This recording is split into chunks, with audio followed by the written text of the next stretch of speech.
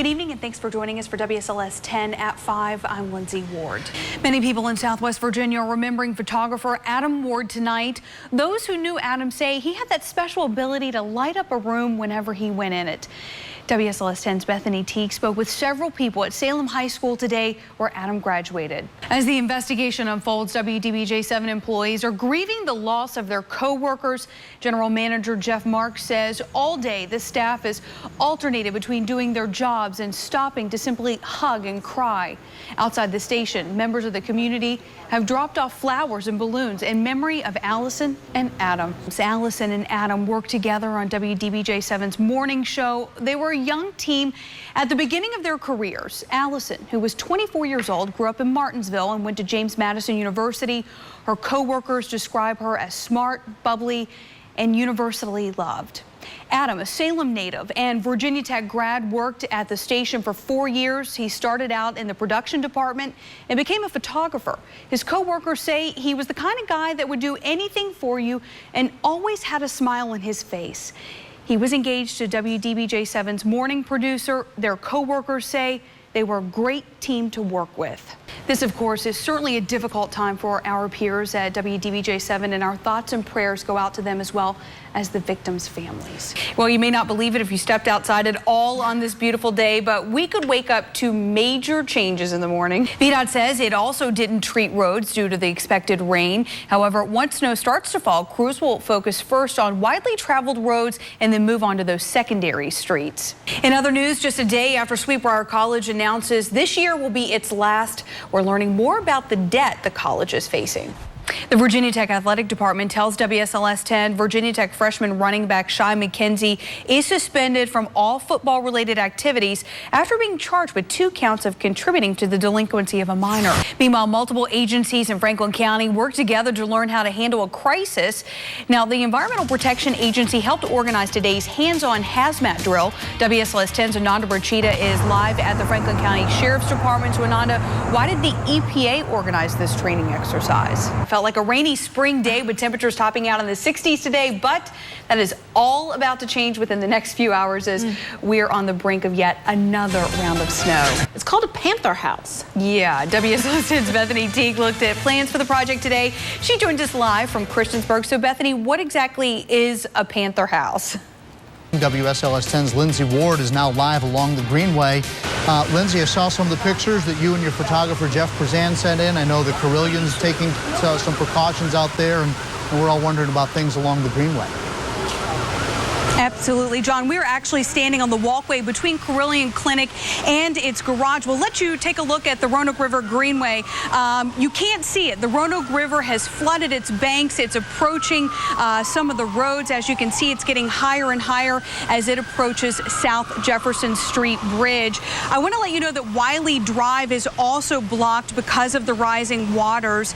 We've been here for about an hour off and on and just taking a look at the waters, and they have risen noticeably within an hour, and it just keeps continuing to rise, and it will do so as all that rain that has fallen in Salem makes its way to this area. Also important to note, Bennington Street closed.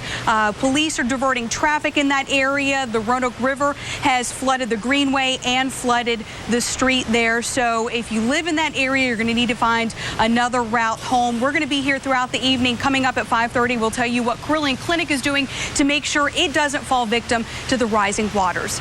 Live in Roanoke, Lindsey Ward, WSLS 10. And I'm Lindsey Ward, broadcasting live from downtown Roanoke as we kick off the annual Dickens of a Christmas celebration. Tonight is just night 1 of 3 nights where downtown Roanoke streets will come alive with the Christmas spirit. Tonight we're going to light the tree. We'll give you a look right now. This is a 28-foot Colorado spruce donated by a family from Botetourt County. So we are going to light this thing live at 6:20. In the meantime, at 5:30, the festival kicks off and performers will take this stage and they'll sing and dance. So come on out. As Jeff said, the weather is absolutely gorgeous, beautiful, mild night to bring the family down here for the first night of Dickens of a Christmas. John, we'll send it back to you.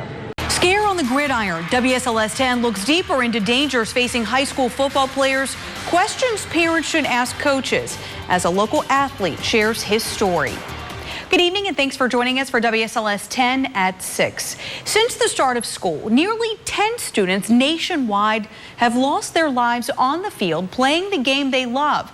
The most recent, a 9-year-old in Ohio.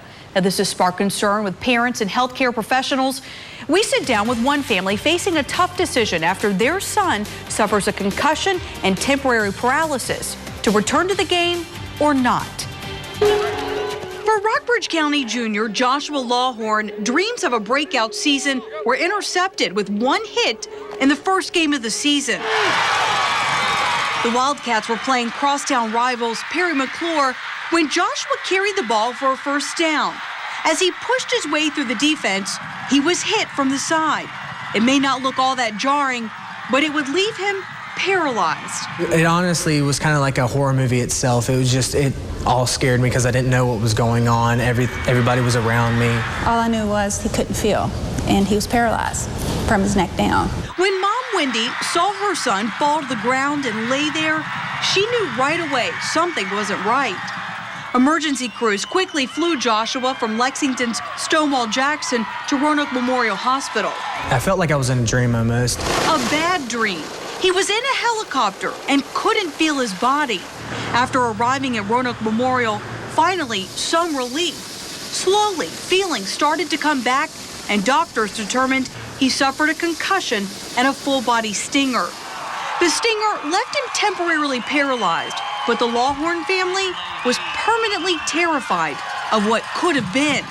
Seeing him laying there on the field, it's the first time I've ever seen anything like that, for him, because he was out. He didn't move, he just flopped. He looked like a little kid. The crowd saw a 5'10", 185-pound running back on the ground. Wendy saw her baby, her oldest son. So when doctors cleared Joshua to hit the field again weeks later, this mom and dad weren't so sure. You hear these stories with the kids having heart attacks on the field, or they're breaking their necks, and the fear I have now is I don't want to say, I'm letting him go back out and play, and then that happen again. Carilion Clinic's Dr. Jack Perkins researches sports injuries. He understands the difficult decisions families face to allow their children to play contact sports. It's easy to say as the provider to a parent, just don't let them play football, but reality, that's not reality.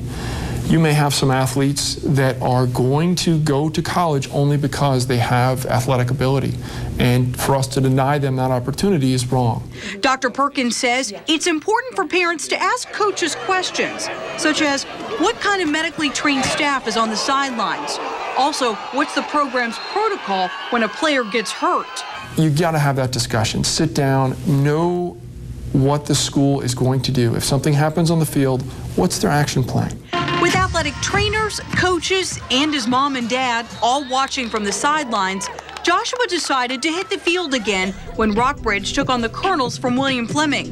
His body was ready to come back, but his mind still thinking about that paralyzing hit. It was like going out there like I hadn't been out there in years. It was just that, like another learning moment. It was just like getting hit for the first time back in Pee Wee. After the first tackle, he was okay with his decision. I didn't really have that whole nervousness.